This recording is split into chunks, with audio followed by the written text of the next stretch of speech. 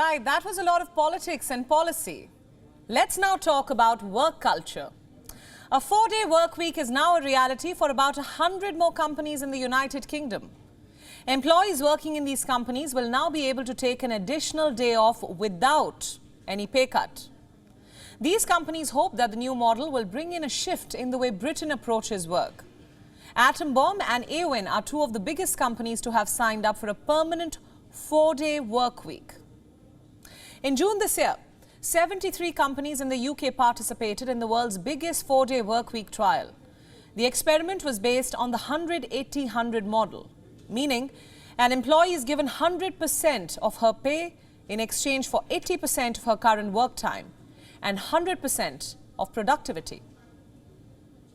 Well, it turns out the experiment worked wonders. For halfway through the trial, a survey of 41 of the 73 companies found that 86% of them had decided to stick to the 4-day work week for good. 95% of these companies said they were able to maintain the level of productivity even with 80% of billable hours. Some firms say that they have in fact seen an improvement in productivity, which means the argument that a 4-day work week takes a toll on output does not necessarily stand. What about the argument that a 4-day work week cannot be applicable to all the sectors? Well, there are loopholes here too. Look at the range of businesses that took part in this experiment. There were software development firms, recruitment companies, fish and chips outlets, breweries, charities, asset management firms, workplace consulting firms, companies providing education services, skincare companies, marketing companies, and more.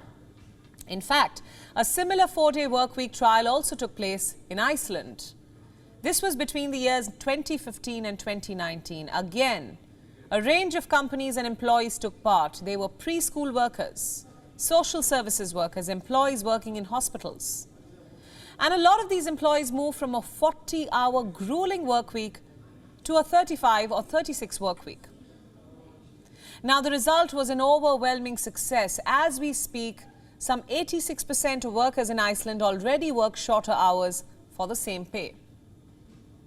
And this goes to show that a 4-day work week can be implemented across sectors, that employees working in essential services can be given an additional day off without compromising on their salary.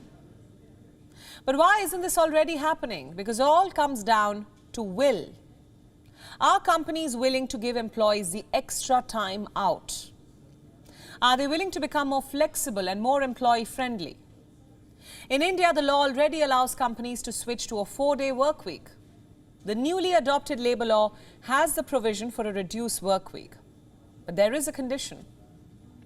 The Indian law says that employees must work for 12 hours a day if they are to take an extra day off.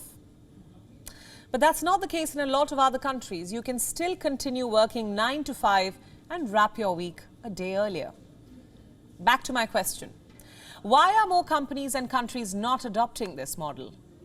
You see, a 4-day work week means hiring more people to cover all shifts, which means spending more on salary, and which is probably one of the biggest reasons why employers across sectors have been resisting the idea of a 4-day work week. Tonight, we want to tell employers to look beyond the cost. While a shorter work week helps employees balance work and life, it also reduces stress. A 4-day work week also comes with gains for employers. Studies have found that employees take fewer sick leaves when given the option of a 4-day work week. Experts say switching to a shorter work week leads to about a 40% improvement in staff engagement, a 15% drop in stress levels, and a 25% increase in productivity. Here's something else that employers must note. History tells us that our work calendars need to evolve with time. Take the case of America. In the late 1700s, most Americans were working on farms. So the average full-time worker worked for 6 days a week. He clocked around 72 hours every week. In the 1800s, a lot of workers moved to large-scale factories. The working hours declined to 68 hours a week. This was in 1860. And by the 1900s, the numbers fell to 65 hours a week. In 1930, it was down to 50 hours a week. By then, automaker Ford had already begun experimenting with a 5-day work week instead of a 7. This became a permanent policy by 1926. Ford was one of the first private companies to make this big shift. The idea was new back then, just like a 4-day work week sounds like a novel idea right now. If history teaches us one more thing here, it is to not obsess over a rigid work structure. We should be open to change, be open to evolving with time. Dear employers, you must realize that the pandemic has brought in as much change in the work culture as the Industrial Revolution. Just that this time it has forced to look outside their workspaces. All of us are looking at our priorities. Today, some of the brightest talents in the industry want to spend more time with their family or to pursue a hobby. It's only wise to give them that time.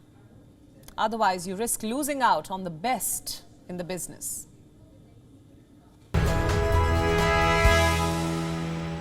WION World is now available in your country. Download the app now and get all the news updates on the move.